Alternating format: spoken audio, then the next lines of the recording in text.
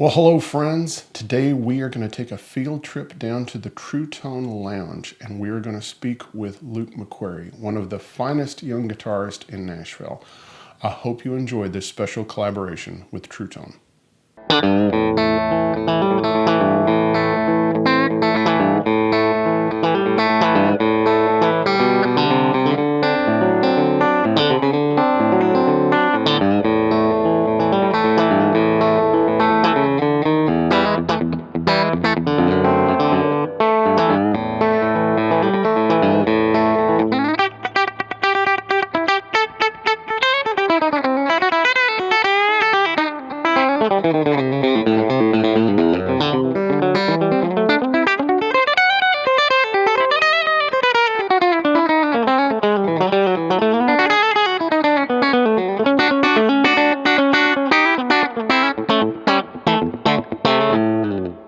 In Nashville, there's a famous street called Broadway where you will see hundreds of bands playing most nights of the week. Most of the clubs have multiple stages on multiple floors, but there's one band that stands above the rest. And it came out of kind of the ashes of the Don Kelley band. It's Kelley's Heroes. And so today we have Luke McQueary, who spent time both playing with Don and then is also in the current band that also includes Joe Fick and the drummer that we can't remember his name. Billy Van Fleet. Billy Van Fleet. Yep. And they both, with their musicality and also just with their level of engagement and entertainment, they flat out destroy crowds. Yeah. Yeah. And it's really a must-see. If you come to Nashville, you have to go see Kelley's Heroes. They play, Wednesday through Saturday night, from 6:30 to 10:30, and they just kill it. And so after the interview that we did with Don, it just felt like a very natural follow-up to sit down with Luke. So Luke, thank you for coming down to the lounge. Well, thanks for having me, Zach. Yeah. Well, let's start out from the beginning. So how did you end up starting to learn how to play the guitar? I know your dad's musical. Your dad's a guitar player. Yeah, my dad. So I started at 11, but it started with my grandpa and my great-grandpa. But I never met my great-grandpa, but he was I've always heard he was like a great fiddle player, like bluegrass fiddle player. Yeah. And him and my pawpaw started playing together. My pawpaw, they always say, I guess he got a guitar. They picked it up at a yard sale, and they always joke and say that he was playing it by the time he got back home, playing a tune, Anyway, he got something strummed out there, but just like a really genius guy, he was like, he could build a house, he could build a gun, he could build a guitar, just like a... Wow.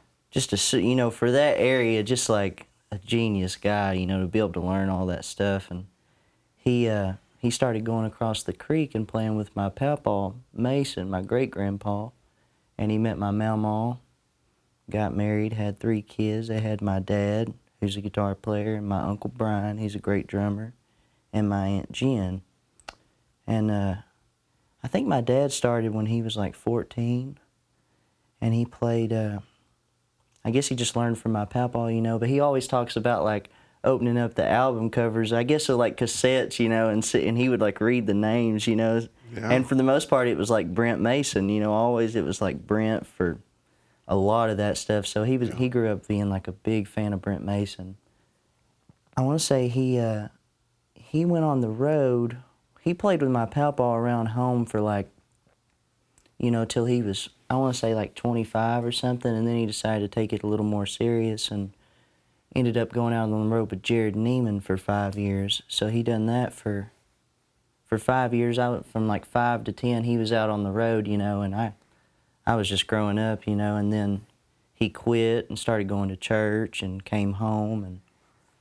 And when I was 11, I think, they would like raise me like super strict, so I wasn't spending the night at people's houses or nothing. I was going with them. So after he came home, I think he quit for like, I want to say like 1 to 2 years. He quit playing guitar, and then my pawpaw talked him into like playing the circuit around there again, So every weekend I was loading up going too. If I wasn't staying with my mama, I would be right there with them, you know. Okay, so what would you be doing? Were you just helping them out, carrying stuff, or you hanging out? What were I you was doing? just hanging with my mom for the most part. You know, we would just sit there and chat it up, you know. And I remember they would nobody under 60 was in there. You know, it was all old people always. You know, but they loved to hear my dad play Orange Blossom Special and Ghost Riders. Like they would request that all the time. And I remember even then I remember seeing him play that, and I would just get cold chills, you know, and getting teary-eyed and just, not even knowing why, but there was just something so magical about it at the time, you know, seeing it. And I remember probably a few months into him playing at home like that, I was sitting back in the recliner and he was over there. He had got a little blackface Princeton and he was testing it out. And he was playing something there, and I was just cooned back there. I was like, I'd kind of like to learn how to play that Ghost Riders in the Sky. And he's like, well, come here and I'll show it to you. So that was how it started, man. I just started doing that. I was going through middle school, and me and my cousin, he plays too. We wanted to be like WWE wrestlers, you know, and we just don't have the build for that. So it was like one of those times he had kind of left me, you know, with all I wanted to wrestle, but, you know, I didn't have nobody to do it with. So it was like, well, what am I going to do now, you know? So I ended up picking up guitar just kind of out of that reason, you know, and just started plunking around on it there for, you know, a few months.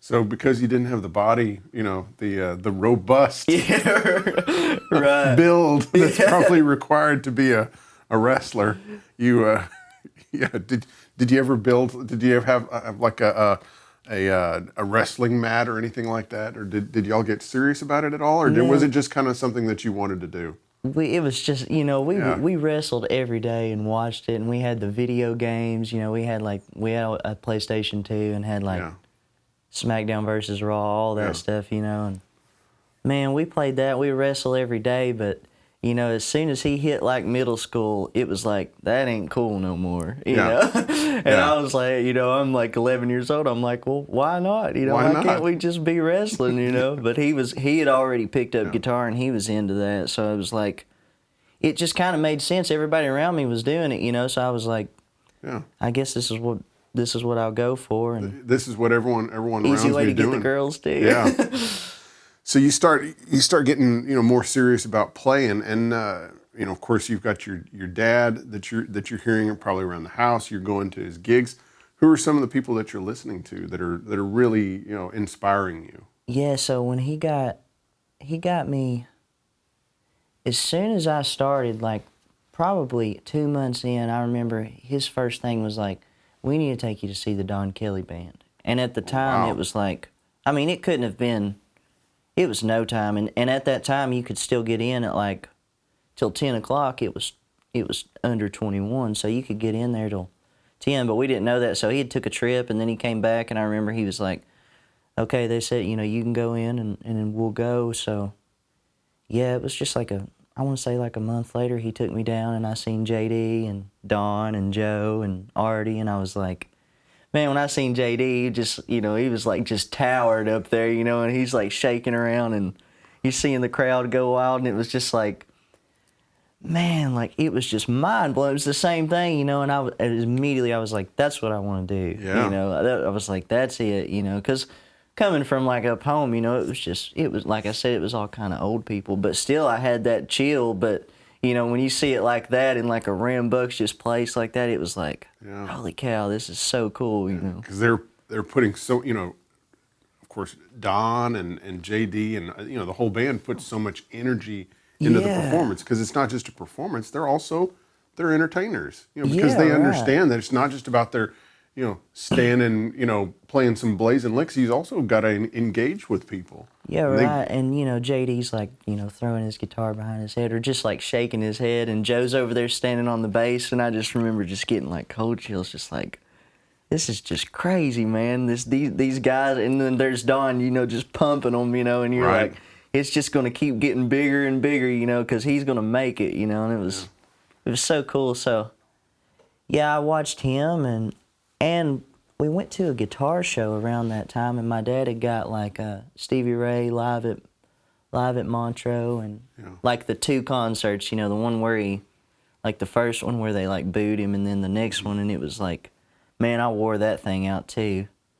And he had ordered it was like he got it on eBay. It was like a CD of Danny Gatton, like a DVD of Danny Gatton, and like all of his little like TV spots that he had throughout the years, So for the most part, I had that, and then I had Dwight Yoakam and Austin City Limits. So I had Pete Anderson. So for the most part, it was like Stevie Ray, JD, Pete Anderson, and Danny Gatton, and I wore those guys out forever. And then, man, it was probably like 3 or 4 months after, because I went home and like JD was like, he's like 26 or 27. So in my head, I'm like 11 years old. I'm like, well, this is going to be a long time, It's a long time coming. And my mom had the phone, and she was like, you got to see this kid that Don's got playing with him. He's only 17. His name's Daniel.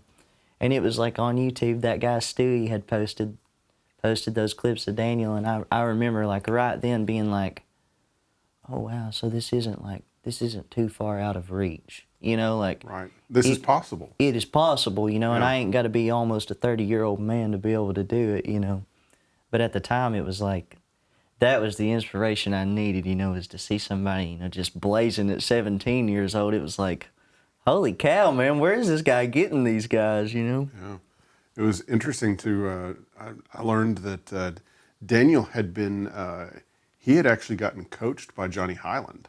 Yeah. Yes. And so I found that he had learned a lot of the Don Kelley set and everything from Johnny, taking lessons from him. Yeah, right. Man, and I had, like, my dad had already had that CD, and as soon as I came home, that Johnny was all over that, and I remember, like, one of the first things I learned was like the You Win Again solo, it was like, that was the easiest thing to learn, where you like tune the string down and then wind it back up.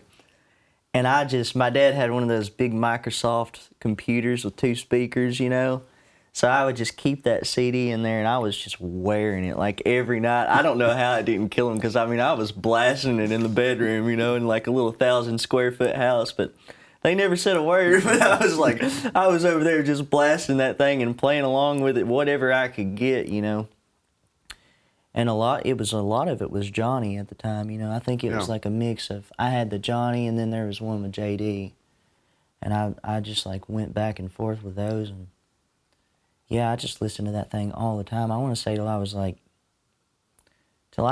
16, I don't think I listened to anything but like Don Kelley and Stevie Ray Vaughan, like, and Danny Gatton. That was it, that was just all I listened to. It was all I had interest in. I was raised up on like Merle Haggard and George Jones, but it didn't sound like Don played it, Right. It just didn't. It didn't have the power, and when you're a kid like that, you're just wanting that energy, That's all you want. I'm glad that you're showing how much, sometimes this gets a bad rap, but how much obsession that you had over that, because that's how you get good at anything. Oh yeah. It's like, is you just have to be obsessed with something, and you have to be like, I'm listening to this day in and day out. I'm practicing all the time. Yeah, right. And like I said, I just wasn't allowed to go out and like, I didn't go to football games or nothing. Like, I remember in 3rd grade, my dad, I walked in, and I had already quit soccer once, and I walked in and I was like, I want to play basketball, and he was like, no, you don't. Yeah. And it was simple as that. He's like, no, you don't. You don't want to play basketball. And I was like, well, okay, Yeah. I guess. So then, I just ended up picking up guitar, but yeah, I was obsessed with it, and I'm still obsessed with it to this day, Yeah. Still, I crawl on YouTube, and like when I was 13 too, like that was when the iPhone came out, so immediately you had like YouTube. So I would be on my mom's phone like watching these, and I remember when YouTube came on the TV, and I was like, okay, This is dangerous now. This is dangerous. Like, Yeah. this is all, I'd rush in from school and click YouTube, Don Kelley band, and that was it. I stayed on that stuff forever. And there came a point when my dad, like, when I first started, I was just like learning like Wanted Dead or Alive or like Ghost Riders, like just little riffs. I didn't learn chords for months, and then there came a point when I started learning chords. I want to play love songs and all that goofy stuff. And then there came a point when my dad was like, I can't just teach you everything. Like, you're going to have to learn it yourself. And lucky for me, like, he already had all that figured out. He had the amazing slow downer. So he was like, you take this stuff and you slow it down. You slow it down to like 35 or like 40, 45% of the speed. Pick it out note for note. Learn it note for note all the way through. And like, don't miss any notes. Learn how like they're sliding or like pulling on, pulling off, and then just slowly work it up like 10% at a time, So I would work it up like, I would get it all learned, play it through, play it to where I had it at like 50, and then slowly I would just keep stacking it till I could get it, I'd do 60 and then 65, 70, 80, and usually I could get it to like 80 or 85, and then I had to sleep on it. Like, I just had to, and I could wake up the next morning, and within like 5 takes or something, I could have it, I'd have it at like 100, maybe once, and then I'd be like, that'd have me hooked enough that I'm like, okay, I'm just going to sit here and do it till I can do it perfectly, Yeah, there's studies that say that one of the best things you can do is practice before you go to bed. Yeah. It says that when you wake up in the morning, it's like your mind kind of stays on it. And then in the morning, just like what you said, there's like this aspect of, I've actually kind of practiced in my head some because I did it right before I went to sleep. And in the morning, you're able to kind of take from there and actually have progressed some. Yeah, right. Yeah. And me and my dad were just talking about this the other day, but it's like, if you're sitting down, like the other night, I sat down and I was like, I'd played for like 2 hours. I just started using a metronome on my big speaker, so I'm like, that metronome, man, it keeps you locked in, because as soon as you're done, playing your tune, and for me right now, I'm like trying to sing better, so I'm like, as soon as it's done, like that metronome's still going, so you're like, okay, well, let's just go again, it's not like, okay, well, I done it, and then you walk away. But anyway, we were talking about that, and it's like, every time you sit down, it's like, it's almost like digging for gold, you may get like a grain of salt, or you may get like, and then out of nowhere you may dig and you may get like some kind of big piece of information you didn't even expect, and it's like,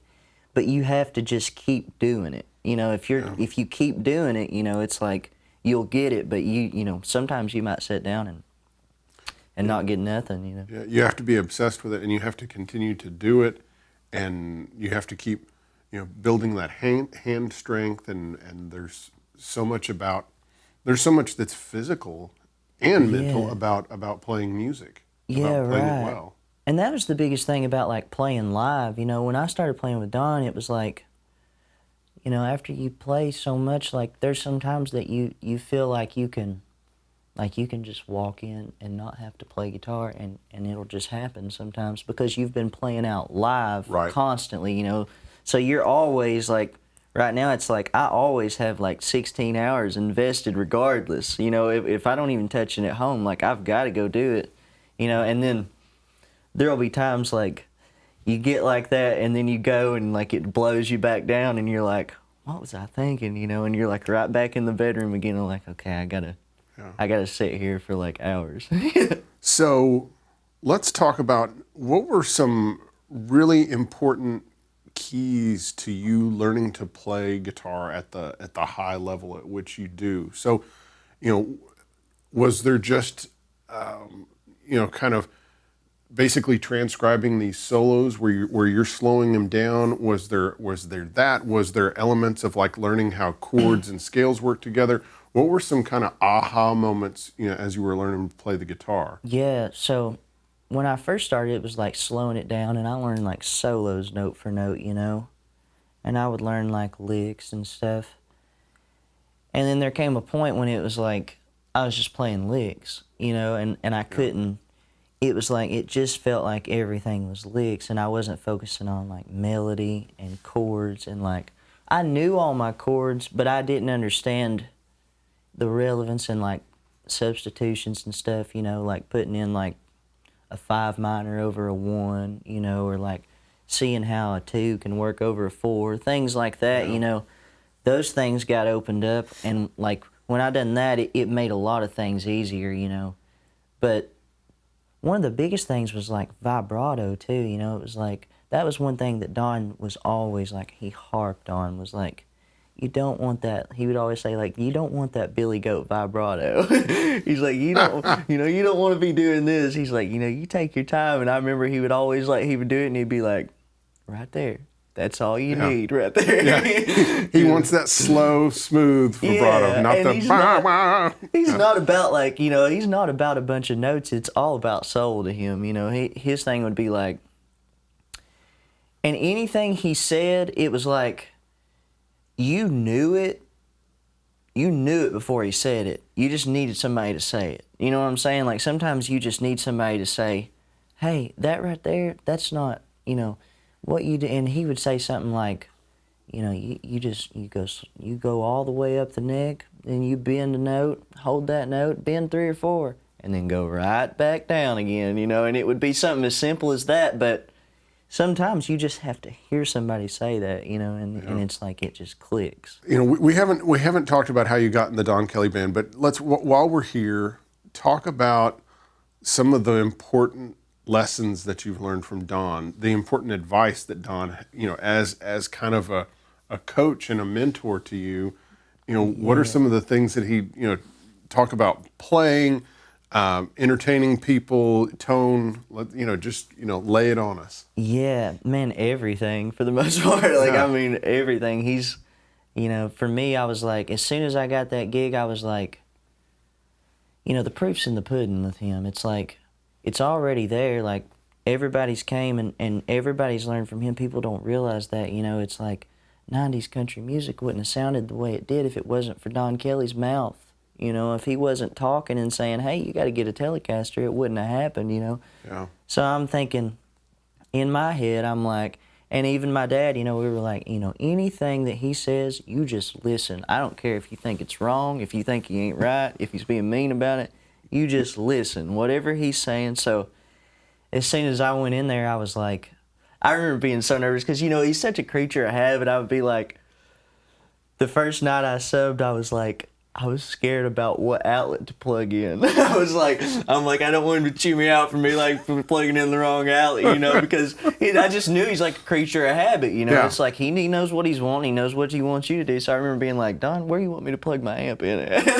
You know, just even like the tiniest little things. And I remember telling him immediately, I was like, you know, you just tell me anything, you know, anything you think that'll help me, you tell me, you know. And he kept on me about, like, tone. You know, he would keep on me about, he told me, like, about the Vintage 30 speaker. Mm-hmm. He was like, you know, JD used one of those, like, you ought to, he's like, maybe you should try one of those Vintage 30s, you know. And I went through some Deluxes. He always wanted Deluxe. Like, he didn't want anything bigger than that in Roberts. It's just too much for that little room, you know. So, and he didn't like a lot of pedals. You know, he had already seen it done with no pedals, and he knew that you didn't have to have a lot of pedals anyway, you know. So he'd call them gadgets. He'd be like, anytime if I hit my pedal and it was too loud, it'd be like, immediately be like, turn your gadget down. You know, so it'd be like, okay. So he always had a way of, like, really letting that be like, that ain't nothing, you know. Like, it's all in you. It's all in what you're doing and what you're doing, you know. He was. It was all about just, like, trying to pull a reaction out of people, you know, and not necessarily what you can do, but just, like, keeping your feel. His biggest thing was, I don't know nothing, but I got feel, you know. Anybody can have feel, if, you know.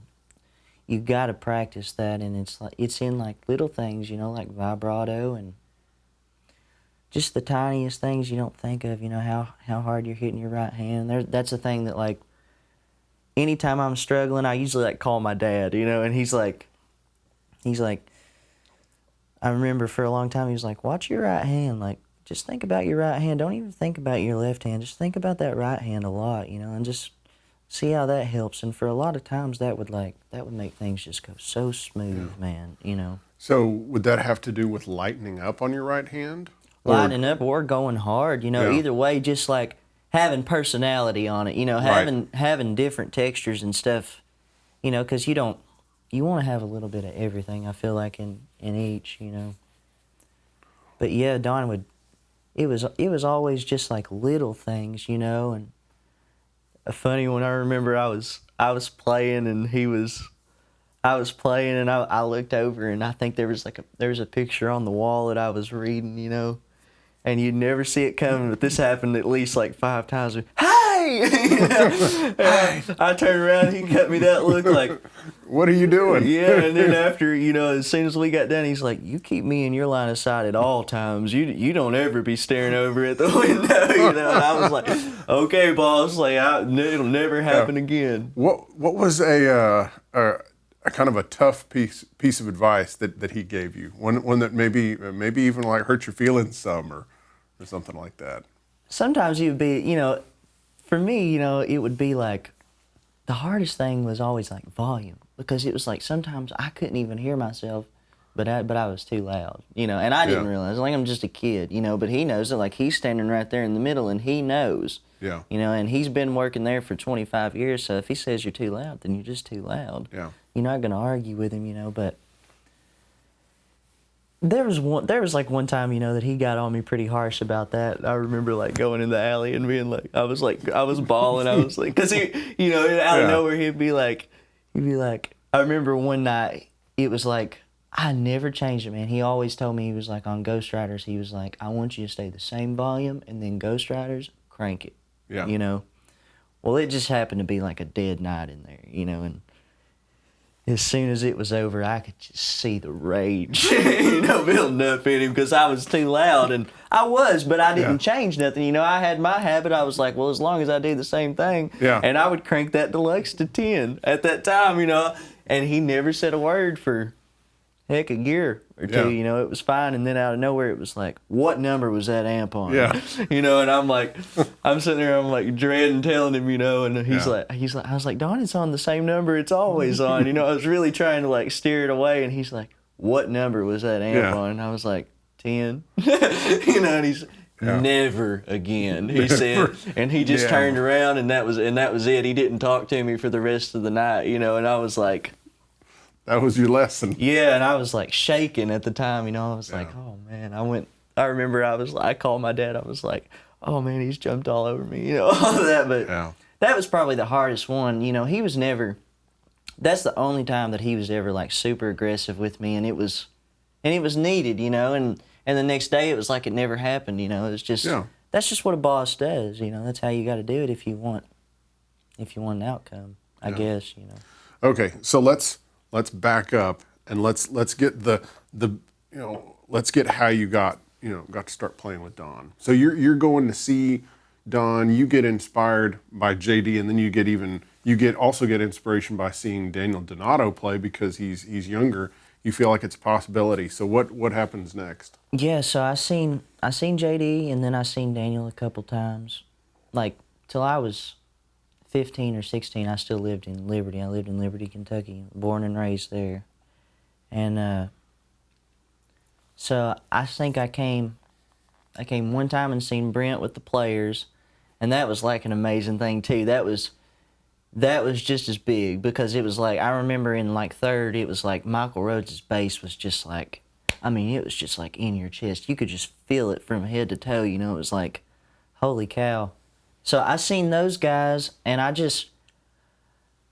when I moved, Porter was playing, so I moved here when I was 15, so it was like the middle of my sophomore year, and I was like, I wasn't happy about it. Like, I wanted to move at 18, but I was in tears when it happened, At the time I just got a friend, like I had a friend that was staying over every night, and it was like, I just got a pool table. It was all that stuff, So when I moved, I didn't want to, but like the first day, man, we hadn't been here. It was like January 3rd or something of like 2016.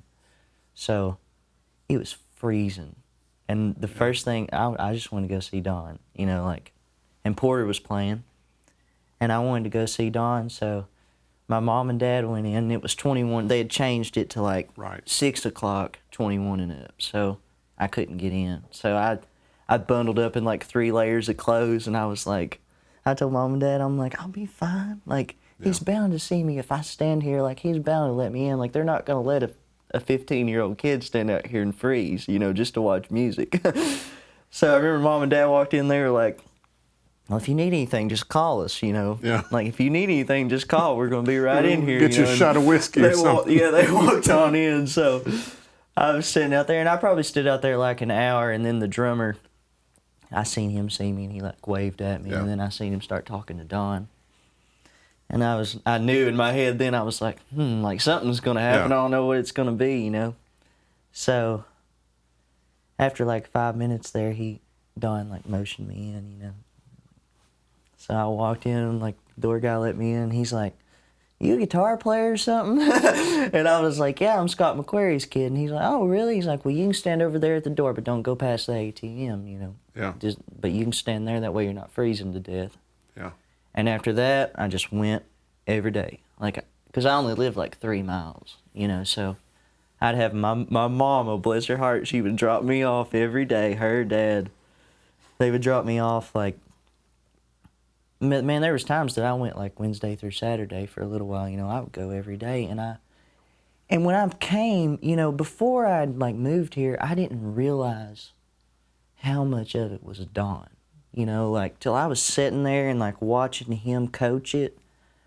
You know, I was so into like the guitar and like the entertainment of it, I didn't realize that, man, it's all coming from this guy. Like everything that's being done is because he's like, hey, you need to do this, you know, or you need to do that. And watching him and like watching his rhythm, like you seriously realize like he's leading this thing. Like it's his acoustic guitar, you know. And that's a crazy thing, is to see someone like playing the backbeat and they're leading everything, you know. It's like without him, it was like, it just wasn't the same, you know.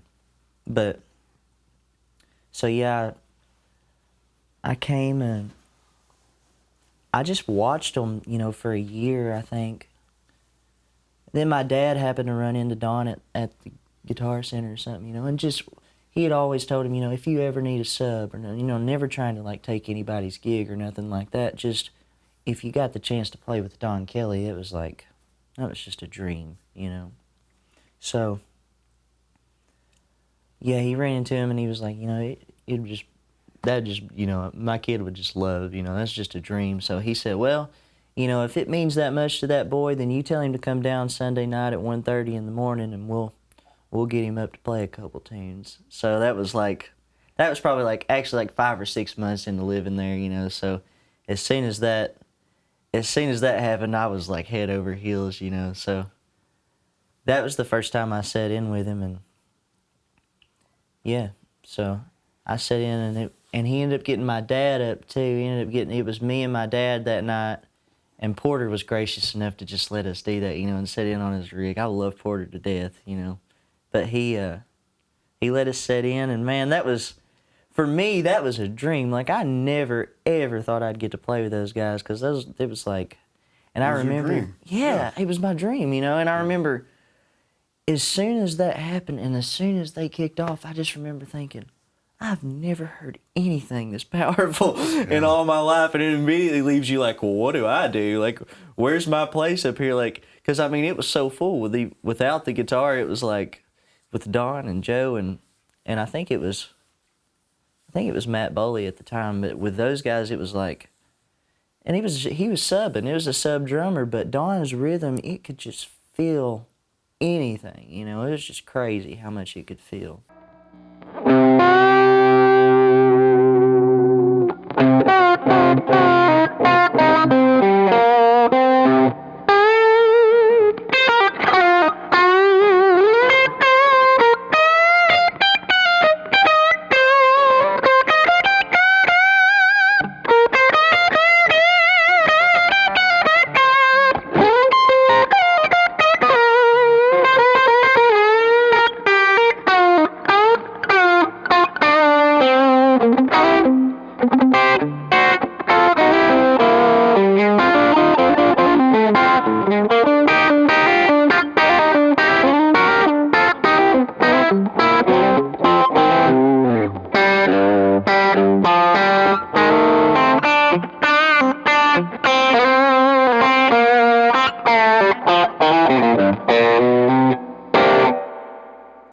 right, so you got to sit in with him, and so how did things progress from there? How did the experience go of sitting in with him? Oh man, it was like rough. I was like, you just can't crawl up with a band like that and just like nail anything. It's just not possible, especially being 15 years old, so it was, there was parts of it that was rough, but there was good parts out of it, and I edited out a video of like solos, of the good ones, and there was plenty of bad that night too, but I didn't play with him after that for months. So I just went back and kept watching, and that was it. I was happy with that. That was all I ever wanted, was just to get to play 30 minutes, so I went back and watched him, and then that was in like May of that year, I think, and then later on around the winter time, I was sitting down there one night, and he just happened, don't know what came over him or what it was, but he came down and he's like, hey, any Sunday night, that last set at 1:30, any Sunday night you want to, you just come down and sit in with us. And you can bring your guitar, you can play mine, you can play through my amp, whatever, but just, if you want to, go for it. And I remember being like, you mean next Sunday? And he's like, any Sunday. And I remember thinking, wow, okay, this is it, like, okay, I'll be here every Sunday, You just got your foot in the door. Yeah, I just got my foot in the door. So my mama would wake up. She got up at 4 a.m. for work, but she would get up at 12:30 at midnight, get ready, drive me down there, drop me off at 1:15, drive around the block for an hour, pretty much an hour, take me back home, go to bed, and get up at 4:30 and go to work. What does your mom do? Just eat anything, At the time, I think she was working at Vanderbilt, like checking people in, but I just got the best parents in the world. They're just golden. Such a huge investment on your parents' part into your career. Yeah, and that they were just just the best of like. I just can't brag enough about my mom and dad. They're just the best, Yeah. So, but anyway, I went and sat in with him, and probably like 5 or 6 times after sitting in on Sundays, I remember Don, like, he got off stage, and my dad took me one night, so he walked over there, and I see him talking to my dad, and I know where he comes back, and he's like, I told your dad there's going to be a Sunday or two coming up that Porter can't make it, if he'll bring you down here, and if he'll let you, you can come and sub one night. So I was like, yeah, that was like, okay, now this is like the total dream. Like, you're the man. Yeah, now if I just sub one night, like, I'm happy, I'll be fine. So I was like on cloud 9, so I done that. I subbed with him, and then he never called me back for, I want to say like 8 months or something. Like, he never called me back. He even got another guy on Sunday because Porter didn't want to do it, so he got David Graham on Sundays. And I remember at the time, that just broke my heart. I was like, I was in tears because I was like, I thought, that I was going to be the next in line, and he was using another guy to sub, so even when those guys couldn't make it, I was like nowhere in the picture, so I was like, and then you hear like all these old guys talking like Don's going to retire, he's not going to be here much longer, there's like all kinds of negativity was just going on, and then out of nowhere, man, I just got a phone call, and it was like midsummer, and it was like, hey, it was Joe, and he was like, hey, can you come fill in a couple Fridays and Saturdays for us? And I was like, yeah, for sure, so immediately I went and done that, and just like, after that, it wasn't clear of what was going on, but I guess Porter had already like seen his way out, and it was like me and David Graham. Like, David Graham was doing some nights, like Wednesdays and Thursdays, and I would do Fridays and Saturdays. And Don just like, he slowly gave me the gig throughout that time. I got in a little trouble, and I was working like, I was a grunt man with my dad at construction. So like right at the time, I was like a month into this, like lifting, these big pieces of plywood. They're like bigger than me, I'm lifting them up and right at that time was the same time Don called. Like, it couldn't have worked out better in my favor at the time, you know, because I was like, I did not want that job, you know. But so he slowly gave me that, and yeah, that's kind of how it went, man. I just started those Fridays and Saturdays, and he would let me know. He's like, you know, here before too long, I'll give you Thursdays, and then there's a couple, like a month rolled by, and he's like, I'll give you Wednesdays, you know. And he slowly just gave it to me, and then he ended up giving me Sundays before he quit those for a while. And David Graham was always out on the road. Like, he's got his own trio, so he just, you know, he was already doing something else. So Yeah. it wasn't nothing against him. It was just like I was there and ready to go, you know. Yeah. So then, you know, then you're there. You're the guitar player in the Don Kelley band. Yeah. And how were you able to kind of separate yourself from yourself and look at the situation? Could you see how much you were progressing as a guitar player, playing that much every night? Could you see how were you able to say it's getting easier or anything of that sort? For a long time, it just felt like I was drowning, you know.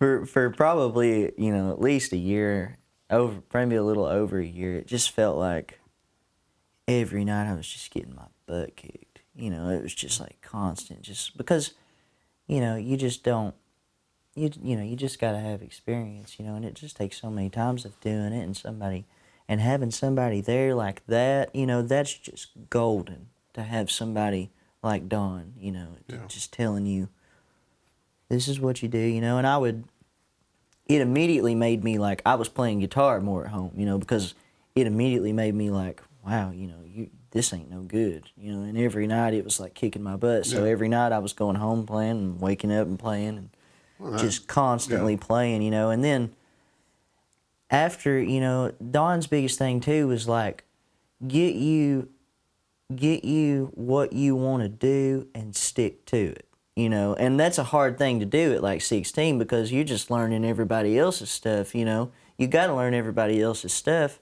So, you know, at the time I was just with Don for the most part of that, I was just playing like a lot of, you know, stuff I'd learned and just trying to like manipulate around it and learn at the time, you know. But for the most part it was like, I just don't want to make a mistake. You know, like I don't want to miss a note if I can throughout the night, you know, because for a long time I was just struggling.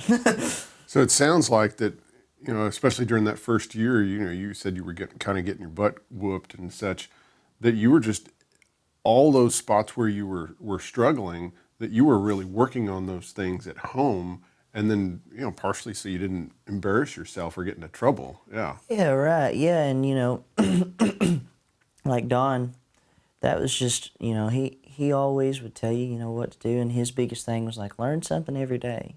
Like, that was something that Red said was, I learn something every day, you know, no matter what it is. I don't care if it's one thing, like, learn something, you know, that way you're exercising it. So I just kept trying to learn, and I really got into, like, Jack Pearson, you know.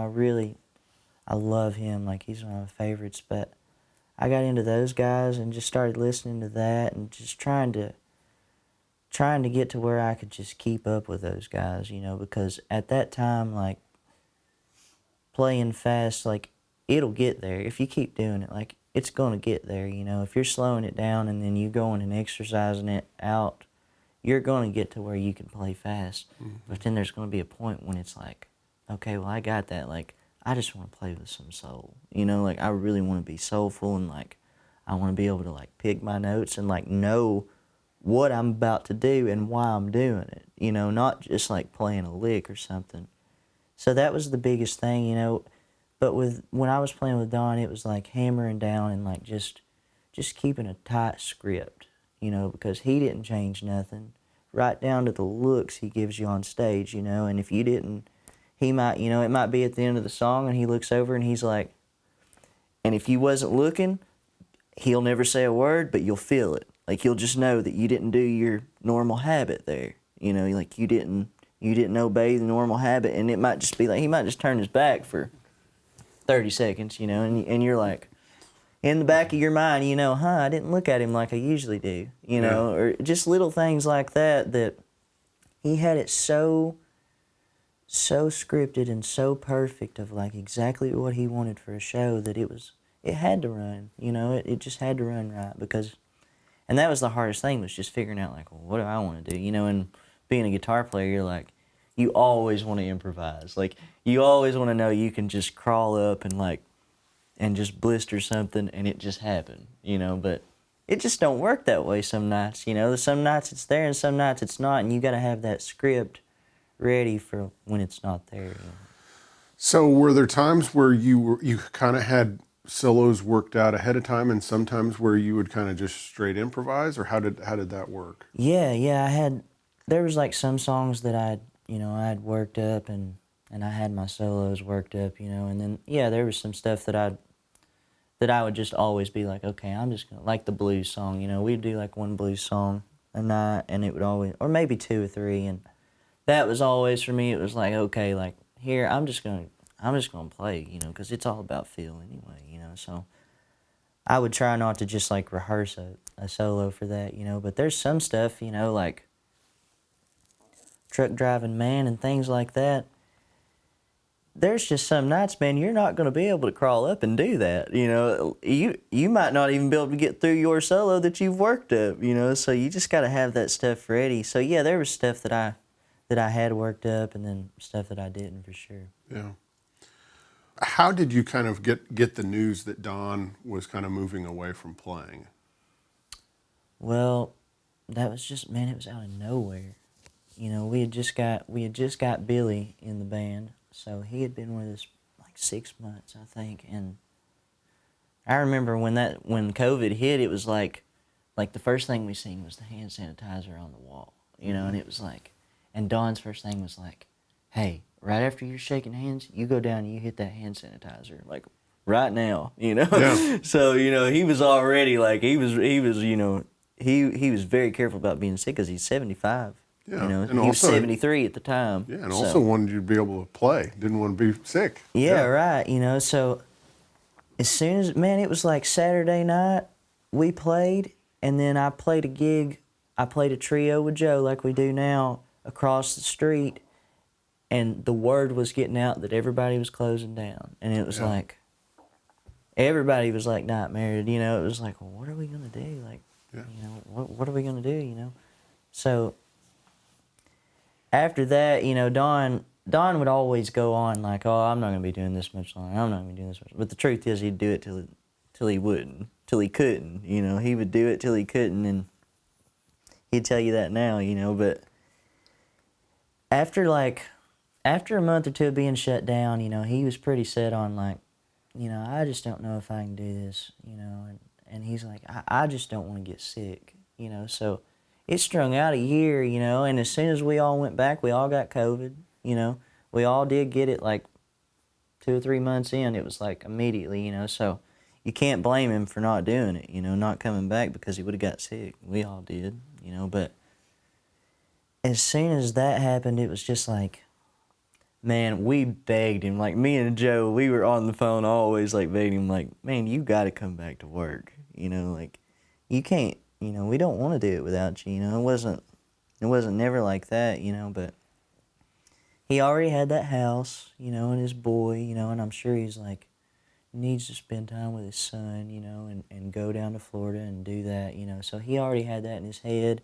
He already had a free house down there, and it was like, it just seemed right, and he wasn't, for the most part, we went back because we're like, well, we ain't scared to get sick, we'll be okay. But for him, it was like, well, I could die if I get sick, So he never came back, and we started with David Graham played with us like a 4-piece and kind of took Don's spot there for a while, and then, like I said, he's got his road gig, and the Eskimo Brothers, so he went back to doing that, and we just slowly like morphed into the trio, and that's just kind of where we've been going ever since.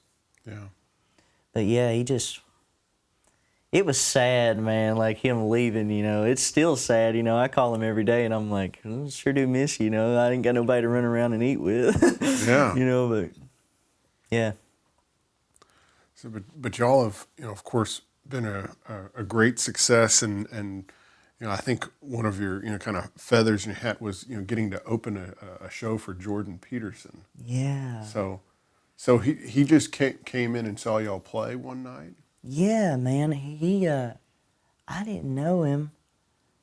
And the door guy, Kevin, at the time, my buddy Kevin, he was like, he walked in and we took a break and Kevin was like, he's like, do you know that guy over there in the suit? And I was like, no. Of course, he was so out of place. Like, Jordan Peterson's in there, you know, and he's like decked out in his three-piece suit, you know, and he's like, that's Jordan Peterson. He's like, he's one of the most famous people there is, you know, and he's like, and I didn't even know, I had heard him and didn't even realize it, you know, so he came up and talked to me and just a sweet, just like, he's just like a super kind person, you know, super humble, and that was so cool, you know, and he just came up and like complimented us, you know, and Joe knew who he was. Joe had his book, and I didn't know him, you know, but I was like, it's so nice to meet you, blah, blah, blah, you know,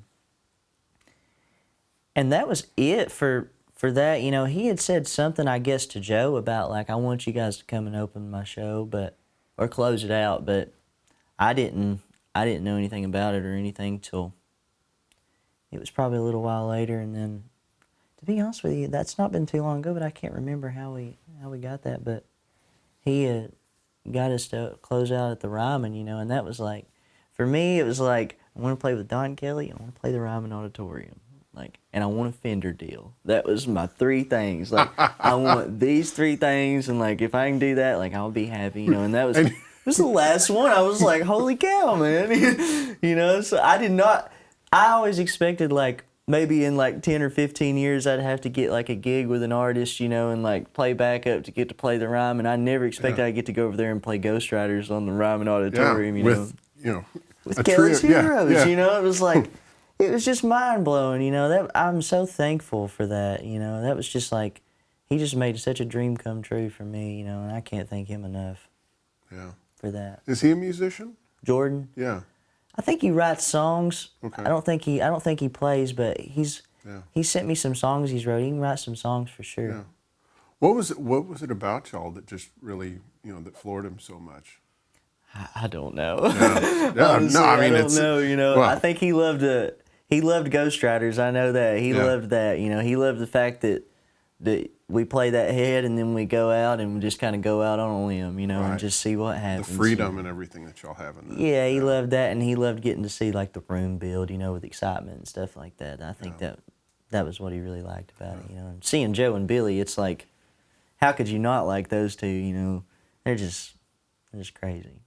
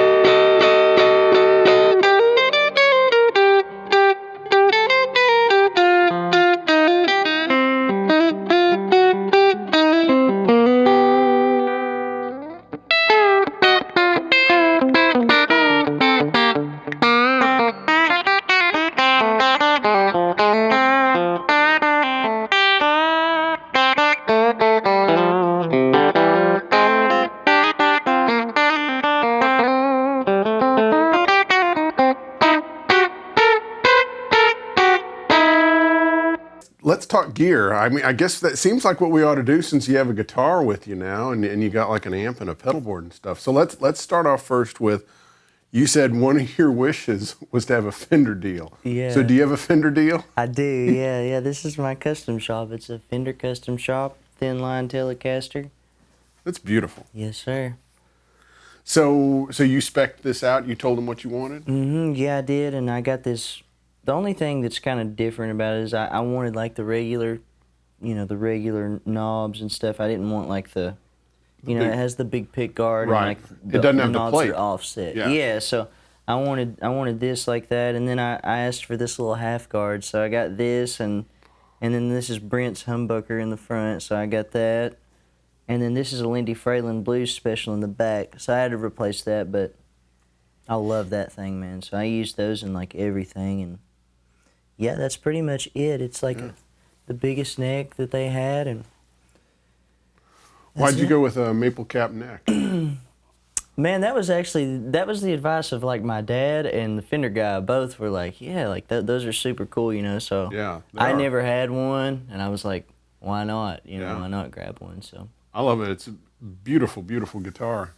Let us, play a little bit on the neck humbucker so we can hear that, if you don't mind.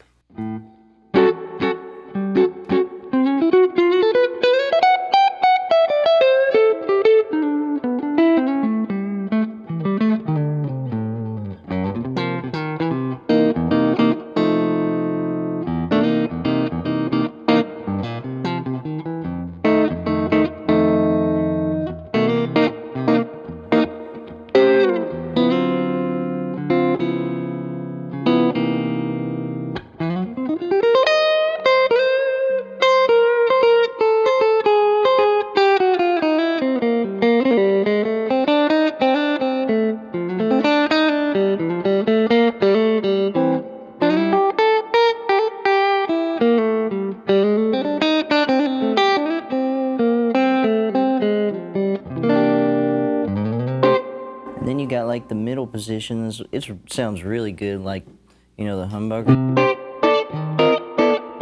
Like a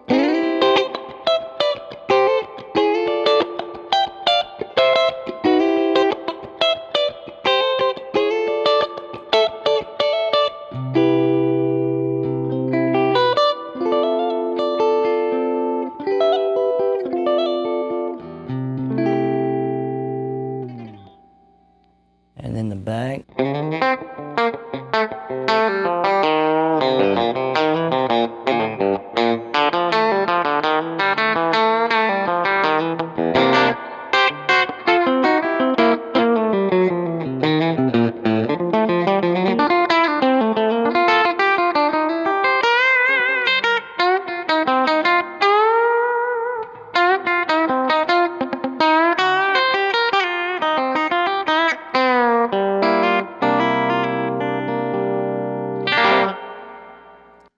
What kind of thumb pick do you use? It's a Fred Kelly. I just started using it probably like a month ago, but they're like the light Fred Kelly thumb picks. I was using like the blue Dunlops, but they were a little too long, so I started using this so I could like flat pick, a little bit easier. Because that's one of the hard things about it is, for thumb pickers, if they want to try to strum, they need to have one that's that's shorter. Yeah, right. Yeah, that was why I got this. And when I started playing, I'd used these, and then I swapped because I was losing them, and they were like higher, So yeah. My dad was like, "We can't afford all these thumb picks if you're gonna be losing them all the time." Because those are a picks like 20 cents or something like that. Thumb picks can be like $1 or more. Sometimes, yeah, right. Now they're only like $1, but back then they were like $3.50 or something. Yeah. What strings do you use? I've been using elixirs like 10 through 46. Yeah. So I either use those or sometimes I use like the new Diodario. There's like a new white pack. Yeah, I think that's the XS. Yeah, so I've been trying those too, and those are cool, but I kind of just swap between those for the most part. Yeah. So let's see. So we got the guitar, we got strings, pick. Tell us about your pedal board. Oh yeah, so I got this RC booster that my friend Johnny Hawthorne gave me over at Exotic. So I love that thing, man. I keep it on like every solo. I'll have it on for the most part. Sometimes I'll like keep it off for like rhythm, and then I put it on, and sometimes I just keep it on the whole time. So I love that thing. And then right now I got this TS9 on here. I go back and forth between that and like the TS808. It was like Stevie Ray, is my favorite. So I love those things. That one's really cool, and it just gives you like a little bit more grit, And then this DD3, I've swapped through delays. I had an old DM2, but it's broke right now. I love those, but so I just got that one on there right now. But it's a great pedal too, you know. And so, yeah, and then you of course got a Boss tuner on the end. Yeah, and then a Boss tuner. Yeah. And then that's a homemade pedal board that your dad did. Yes, sir. Yeah, Yeah. my dad done that. And I love the fact that you've got some little DC jacks there, and then you've got 2 1-spots plugged in. So an open plug for True Tone. Thank you. Yeah, right. Yeah. Yeah, for sure. So yeah, I love those 1-spots, man. And my dad done that because he had one of the Echoplex pedals, you know, and it was like no matter what he done, it was buzzing, you know. So he ended up doing that, like running 2 different ones, and that fixed it. So Right. Yeah. that's why he done that. Yeah. And of course, you've got the classic Blackface Deluxe Reverb. Tell us a bit about the amp. Yeah, so my dad got that when I want to say I was like 13 or 14. I was telling you about this earlier, but he went up to Mike's Music in Cincinnati, and at the time, like, you couldn't find Deluxe Reverbs, you know, there was none, and they had like 6 of them. So he went up there and swapped a Blackface Vibrolux for it. It was all original, and it's had like the transformer changed and a couple other things done to it, but it's just a great amp, man. He found it, and when I started playing with Don, he was like, maybe you should try that Blackface out, and I've just been playing it ever since. Yeah. So that's the amp that you play with Don. I mean, with Kelly's Heroes, and that you used with Don. Yeah, I use it all the time, and it's got an old Celestion Vintage 30 in it. I love Celestion. They're great, and yeah, love the Vintage 30s. Those are awesome. Yeah, they got a little more mid-range to them. Yeah, man, they just break up just perfect. Yeah. Tell it, since you've got the guitar out, tell us a bit about, like, when you're playing over changes. Are you thinking about chord shapes, or what are you thinking of? Like, let's say, just like Walking the Dog or any kind of 1-4-5 song. What are you thinking about? Are you thinking about melody lines? Are you thinking about scales, chord tones? What do you think? I think it's a little of all, you know. I think about like the chord, and you always got like your licks and stuff that you turn to. You always got like your bag that you go to. So I'll be thinking about, sometimes if I'm struggling and if I'm not hearing nothing or I don't have an idea, like I'll just turn to an Old Faithful, like an old lick or something. But if I'm in that mode, and there's times that I can like see, and it's like there's times that I can just pick out things, and it really just depends on how much you've been playing that day for the most part, but yeah, for the most part, it's just like, it's a combination of things, and like just focusing on the chord, as long as you know what's coming, and you know how to play around like that chord, you'll get it, for the most part, as long as you're not hitting anything outside of those notes, Yeah. So let's say there's an 11-year-old kid out there who's looking up to you, and he wants to learn to play like you. What do you recommend to him to do? The amazing slow downer. That's probably what I would recommend, is slow downer and lots of Stevie Ray Vaughan. If you like it, if you love the blues, and just whatever you want to learn it, and don't waste no time. If you got something you got to do, just get up and do it, and that's all you can do. If you're doing right, and you just do what you're supposed to do. If there's something that you like and you hear, then learn it. Don't stop till you got it down, and learn your chords up and down the neck. Learn your major scale, learn melody. That's a big thing, is like learning melody. You have to learn that, and learning all your different chords down the neck, learning how to play out them, learning how to play your scales through that, and your pentatonic scale, just all that stuff.